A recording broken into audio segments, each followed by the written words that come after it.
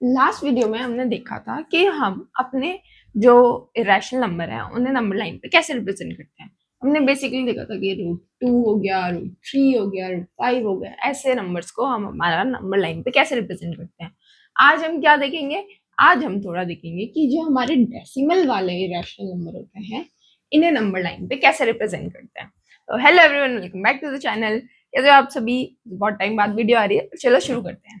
तो देखो, हम शुरू करते हैं कि √2.5 को, ठीक है, मैं एग्जांपल ले रही हूँ √2.5 का, इसको मैं नंबर लाइन पे कैसे रिप्रेजेंट करूंगी। और जितने भी ये होंगे ना तुम्हारे डेसिमल वाले रैशनल नंबर, उन सबको तुम ऐसे रिप्रेजेंट कर सकते हो। तो चलो शुरू करते हैं।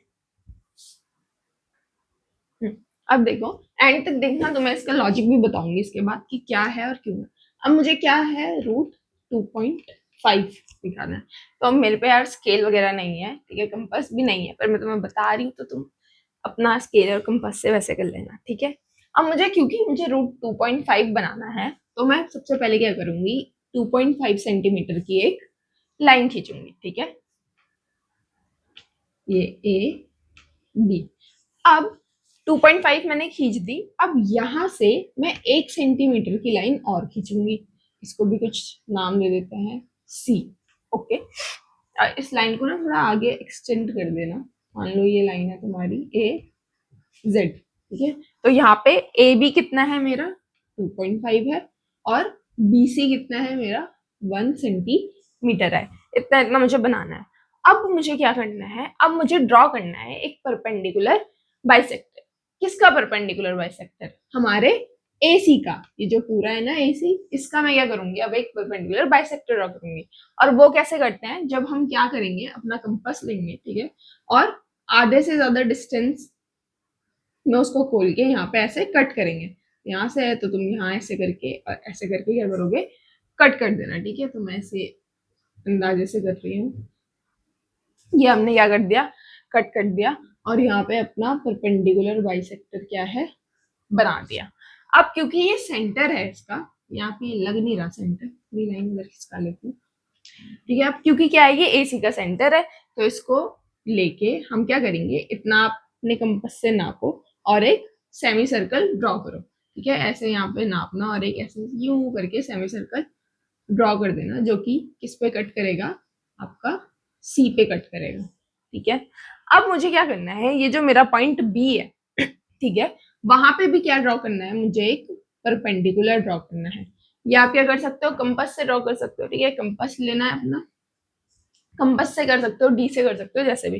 कंपास से करोगे तो पहले यहाँ पे भी एक तुम्हें सर्कल बनाना, सेमी सर्कल बनाना है। फिर वैसे ही उसका भी क्या करोगे, परपेंडिकुलर बाइसेक्टर निकालोगे, ठीक है। और या फिर डी लो और स्ट्रेट लाइन एक खींच दो यहाँ पे, उससे 90 डिग्री देख के। तो ये जो तुम्हारा पॉइंट है BD, इसको क्या मान लेंगे, B मान लेंगे। तो ये कितना है मेरा, ये वाला पॉइंट, ये है मेरा कितना, √2.5। ये जो डिस्टेंस है ना, ये है मेरी √2.5।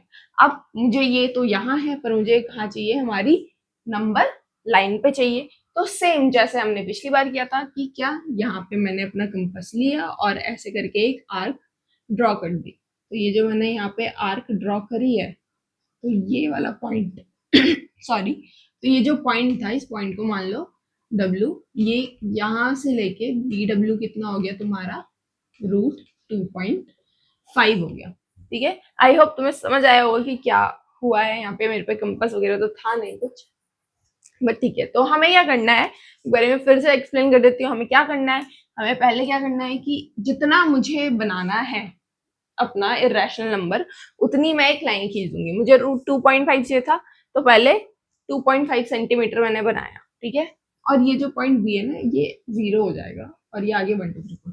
मुझे जितना चाहिए था मैंने उतना बनाया, फिर उसके बाद 1 सेंटीमीटर उसे एक्सटेंड कर दिया आगे, फिर और ये आगे भी नंबर लाइन एक्सटेंड कर दी अपनी। अब देखो, फिर मेरे को क्या करना है, AC का परपेंडिकुलर बाइसेक्टर ड्रॉ करना है। ये मेरा AC है, इसका परपेंडिकुलर बाइसेक्टर मैंने ड्रॉ कर दिया।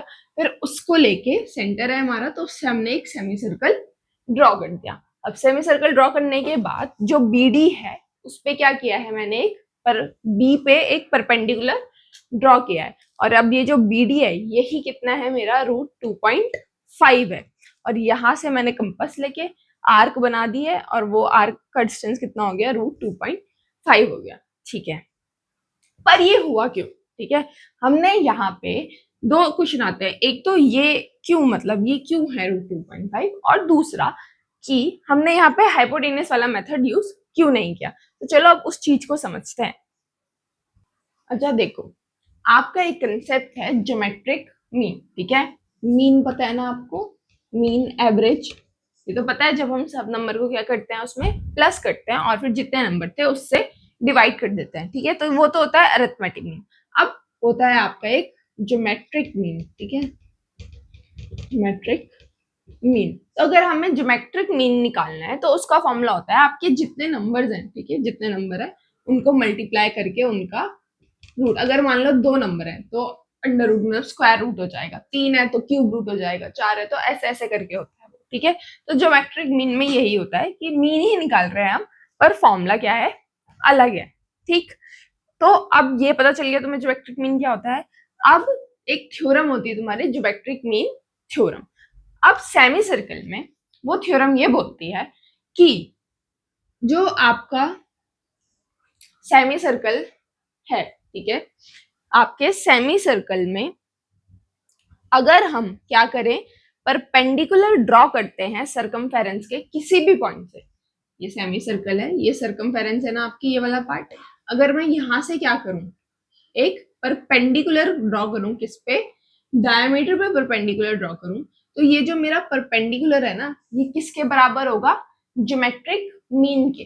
पर किसके ज्योमेट्रिक मीन के, ये जो मेरी डायमीटर है इसके ज्योमेट्रिक मीन के, ठीक है।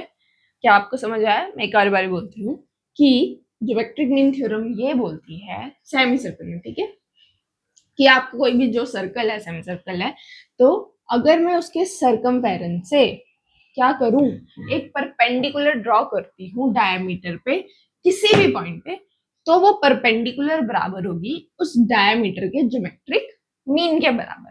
अब यहाँ पे ये जो आपकी डायमीटर है ये दो पार्ट्स में डिवाइड है ना, एक 2.5 और एक 1, इसमें डिवाइड है, तो इसका ज्योमेट्रिक मीन क्या होगा, 2.5 इंटू 1 अंडर रूट में, तो ये क्या आ गया आपका √2.5। तो हमारी ये BD क्या है, यहाँ पे हाइट है, एल्टीट्यूड है, परपेंडिकुलर है, तो ये किसके बराबर होगा, √2.5 के बराबर होगा, ठीक है। आई होप ये आपको क्लियर होगा कि ये जो हम यूज कर रहे हैं ये एमी ऐसे कुछ लॉजिकल नहीं है, ये इसके पीछे भी क्या है, रीजन है, ठीक है। और यहाँ पे हमने हाइपोटेन्यूस वाला क्यों नहीं यूज किया, क्योंकि अब देखो यार, देखो जब तो √2 था, ठीक है, √2 था, √3 था, तो हमारा जो परपेंडिकुलर था वो तो 1 पे फिक्स था, और हम बेस क्या ले लेते थे, अगर √2 है तो बेस 1 ले लिया, ठीक है, √3 है तो बेस √2 ले लिया। पर अब अगर √2.5 है तो मैं अपना बेस और परपेंडिकुलर क्या लूं, ऐसे मेरे पे कोई भी दो नंबर आ ही नहीं पा रहे थे। अगर मैं 2 लूंगी तो 2 का स्क्वायर 4 हो जाएगा, 1 लूंगी तो फिर वो 2.5 नहीं होगा, 1.2 लूंगी उसका स्क्वायर करूंगी तो वो भी नहीं हो रहा है, ठीक है, ज्यादा आ जा रहा है। तो इसलिए यहाँ पे ये वाला तरीका क्या होता है, काम नहीं कर पाता है। और ये जो हमने अभी √2.5 देखा, ऐसे तुम्हारा कोई भी नंबर हो, 3.5, 3.5, √6.7, कोई भी नंबर हो, सब में ये काम करेगा। क्यों? क्योंकि हमें पता है भाई वो किस में डिवाइड कर रहा है, ज्योमेट्रिक मीन में। तो इसलिए मैंने पहले क्या लिया, 2.5 लिया और बाद में 1 सेंटीमीटर और लिया। हमें कुछ ज्यादा दिमाग नहीं लगाना, जितना हमें दिया है 6.7 दिया है, तो मैं क्या करूंगी, पहले 6.7 सेंटीमीटर की लाइन खींचूंगी, फिर उसके बाद 1 सेंटीमीटर और खींचूंगी, फिर ये आगे एक्सटेंड कर दूंगी। इसमें भी मैं क्या करूंगी, यहाँ पे अपना परपेंडिकुलर बाइसेक्टर बना के एक सेमी सर्कल बना देंगे, ठीक है। उसके बाद यहाँ पे फिर से इस वाले पॉइंट पे क्या कर देंगे, अपना एक परपेंडिकुलर बाइसेक्टर, सॉरी परपेंडिकुलर बना देंगे। अब ये परपेंडिकुलर किसके बराबर होगा, इसके ज्योमेट्रिक मीन के, और इसका ज्योमेट्रिक मीन कितना होगा, ये 6.7 था और ये वाला पार्ट कितना था 1, तो ये कितना आ गया √6.7, तो ये किसके बराबर है आपका, √6.7 के बराबर है। फिर वही अपना कंपास लिया, यहाँ से आर्क ड्रॉ करी ऐसे ऐसे करके, और यहाँ पे आ गया आपका √6.7, तो आई होप ये आपको कंसेप्ट क्लियर होगा। मैंने ट्राई करा है कि मैं इसको क्लियर कर पाऊँ ऐसे कुछ बिना उसके कंपास वगैरह डी वगैरह के। पर ठीक है, अगर आपको समझ आया होगा तो अच्छी बात है। ठीक है, तो मिलते हैं नेक्स्ट वीडियो में नेक्स्ट टॉपिक के साथ। Bye bye.